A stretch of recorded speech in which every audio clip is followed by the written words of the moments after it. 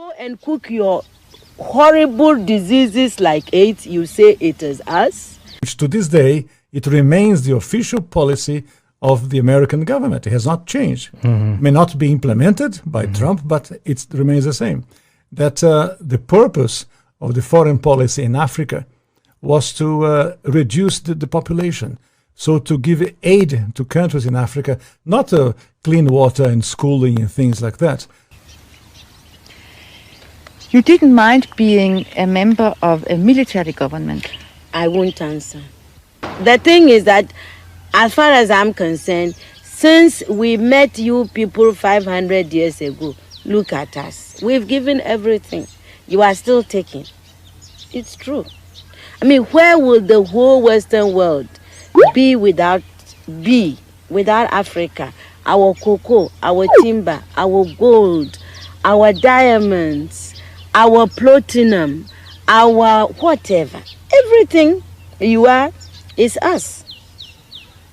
I am not saying it, it's a fact. And in return for all of this, what have we got? Nothing. Anti-personnel indoctrination against ourselves. If you go and cook your horrible diseases like AIDS, you say it is us. You brought us tuberculosis. We didn't have this big cough until white people came here. In exchange for Africa giving Europe 500 solid years of our people, I mean not Europe, the Western world, of our human beings to work your canes, to dig your gold, to take in gold itself, diamond, I mean, you know, fish, peanuts, palm oil, everything. In exchange for that, we have got nothing. Nothing. And you know it. Nothing. And you look upon, you know, white folks look upon us like monkey. Okay, there are the offensive pictures. So guys, this is true. These photos of African men paired with photos of animals were exhibited in a show called This is Africa. It took place in early October in a museum in Wuhan in eastern China. Some visitors were shocked by these images, including our observer Frank, who is from Ivory Coast and lives in Wuhan. There were photos of men, black men, juxtaposed with animals. The expressions on their faces were similar to the expressions of the animals. Comparing a black man to an animal, that's very awkward. In fact, I think it's quite racist. Many people didn't feel like they could openly express their dismay due to the country we're in, which is a communist country where freedom of expression is not guaranteed. But many of us foreigners who live here signed a petition asking for the museum to apologize. The museum took down the 12 controversial photos. However, it did not issue any apologies. According to the curator, this series of photos was meant to draw a parallel with the Chinese zodiac, in which people are associated with one of 12 animals depending on their year of birth. It is true. It's in your literature. Hey, you know, some of your best thinkers have said this about us. Have you heard of all these Germans? Have you heard? Okay. Yes. They said, Lord Burton, yes. People like that, they said, we don't even have the brain of animals. That's what we've got from you people. But don't you think that this is over now? Over where? Is it over? Who said that AIDS came from the green monkey? Is it over? Is it over? Well, if this is your impression, do you think that you can ever forgive us? It's not a question of forgiveness. I have nothing against you. My point is that you did and you are doing for your survival what is necessary. We can't blame you for that.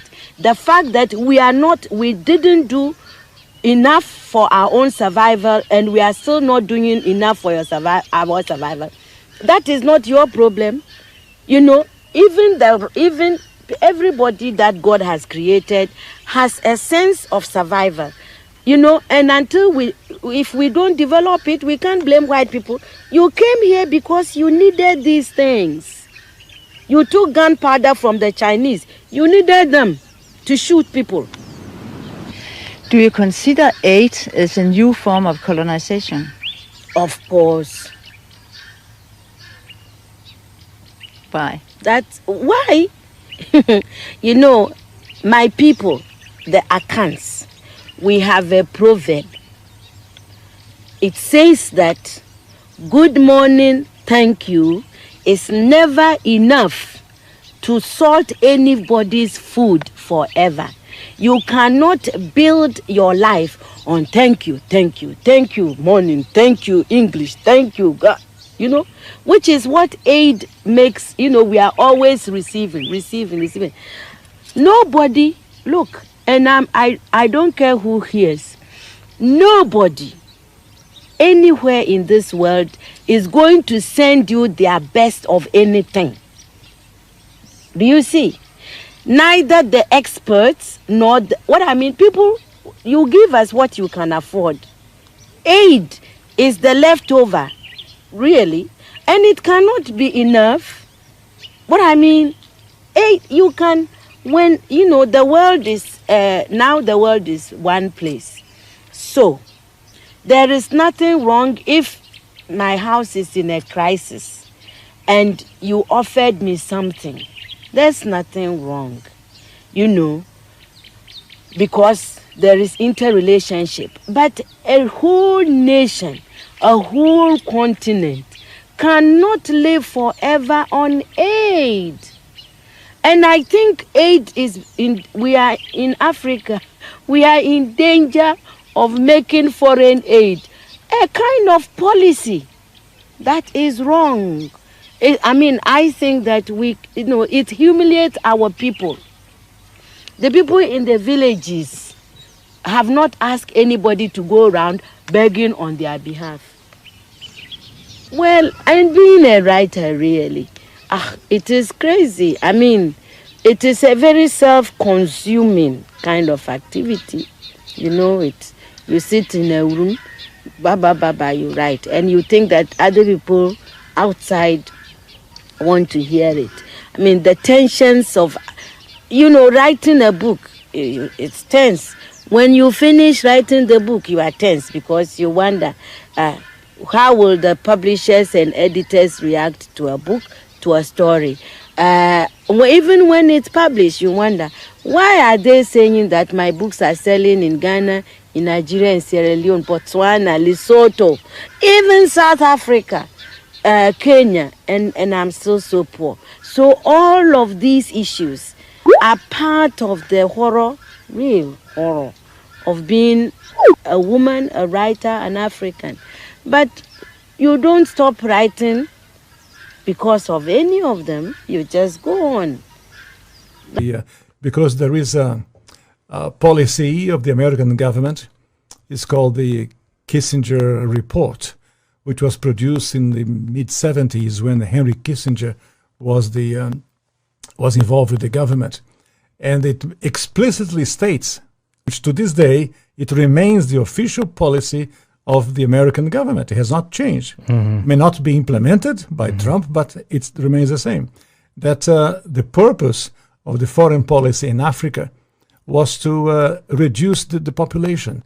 So to give aid to countries in Africa, not clean water and schooling and things like that, but contraception and abortion, in order to shrink the population of Africa, because they have great mineral resources there. That sounds diabolical. Yes. That sounds like something conceived in the mind of Margaret Sanger. Yeah, definitely. And so at the time, Kissinger and those involved with the Carter administration wanted to shrink the population, make sure that the Africans do not develop and do not use the resources for themselves, because we in the States, we need them. There is a concerted effort of foreign powers to control the population of Africa.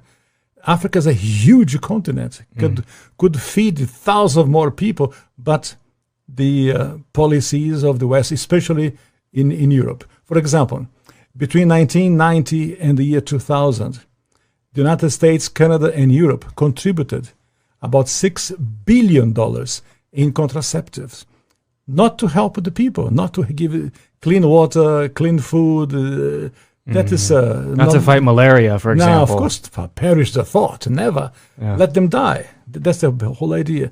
So in our work in HLI, we denounced this reality to make the Africans aware that they have to defend themselves against the influence of foreign powers. Is it just the United States, or do you believe that China is also playing a role in jockeying for the resources of Africa? China is playing a major role because China is buying property in Africa. For example, in Mozambique, which is a Portuguese-speaking language country, they when Portugal was in charge of Mozambique, they used to export rice. Now they are importing rice from China because they cannot produce. The socialism has wrecked the production of rice. And the Chinese come and buy farms. So about almost a third of Mozambique belongs to China. So I was in other countries of Africa, the same reality. In South Africa, the Chinese are buying property, buying land in Africa. So and they send their own workers, the Chinese workers. They don't employ people over the place. They send their own workers to populate.